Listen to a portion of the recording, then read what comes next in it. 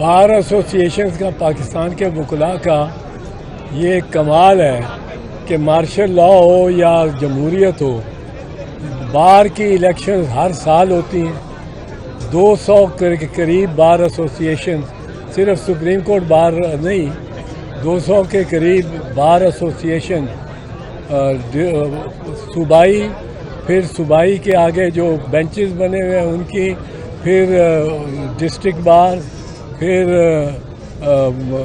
تحصیل بار، پھر bar councils, یہ سب ملا کے کوئی تقریباً 200 بارز کی ہر سال الیکشن ہوتی ہے.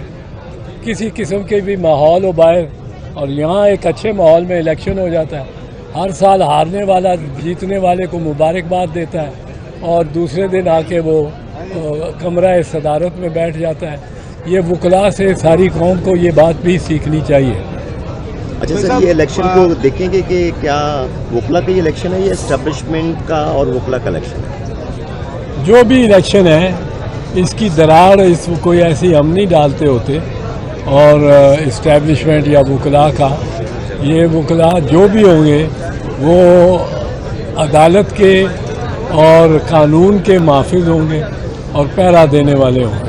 نواز شریف واپس بھی آگے، آپ نے فرمایا تھا کہ جی وہ واپس آئیں گے تو لازمی بات ہے ان کو جو ہے وہ گرفتاری ہو سکتی ہے یا اس قسم کی ہو. آپ نے کہا تھا واپس بھی آگے. اب آپ کیا دیکھ رہے ہیں اگلا سینیریو، آپ کی پولیٹیکل وزڈم کیا دیکھ رہی ہے؟ میں یہ کہتا رہا ہوں کہ نواز شریف واپس نہیں آئیں گے.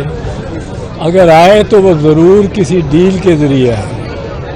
اگر آئے تو ڈیل کے علاوہ نہیں آ سکتے، کیونکہ اگر ڈیل نہیں ہوگی تو وہ اگر واپس آئیں گے تو ان کو جہاز پہ ہی گرفتار کیا جائے گا.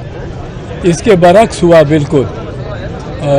لندن میں ہی یہ ان کو ہائی کمشنر نے سی آف کیا. پروٹوکول ان کو دبئی میں بھی ملا، جدہ میں بھی ملا، اور پورا وزارت عظمیٰ کا پروٹوکول ملا. پھر وہ جب اسلام آباد اترے تو ہائی کورٹ کی عملہ وہاں پہنچا ہوا تھا.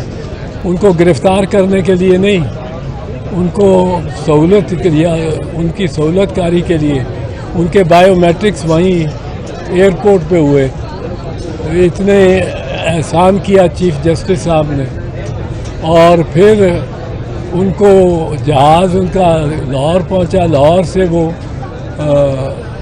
ہیلی کاپٹر پہ بیٹھ کے جلسہ گاہ میں گئے، اور ایک مفرور قیدی، مفرور مجرم کو اتنی سہولت جب ملے تو وہ ڈیل ہی ہوتی ہے نا.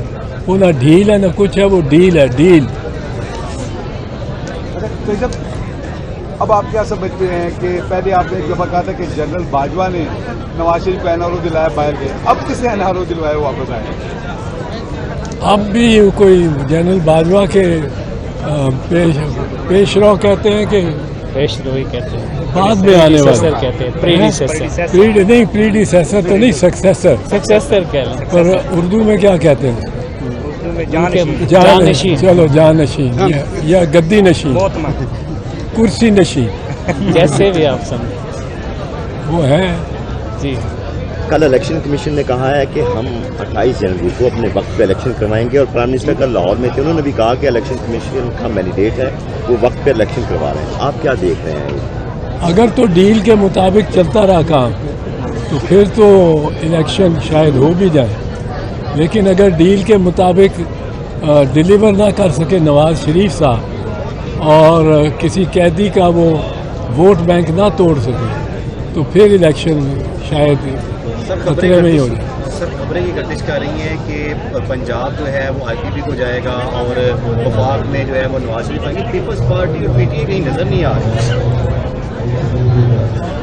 یہ پاکستان میں ماضی کے علاوہ کوئی پیشین گوئی نہیں کی جا سکتی.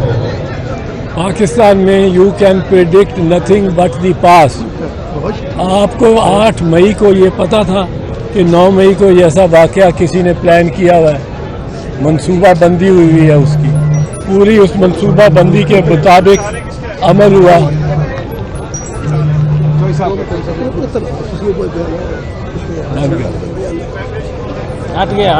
بند ہو گیا. تو یہ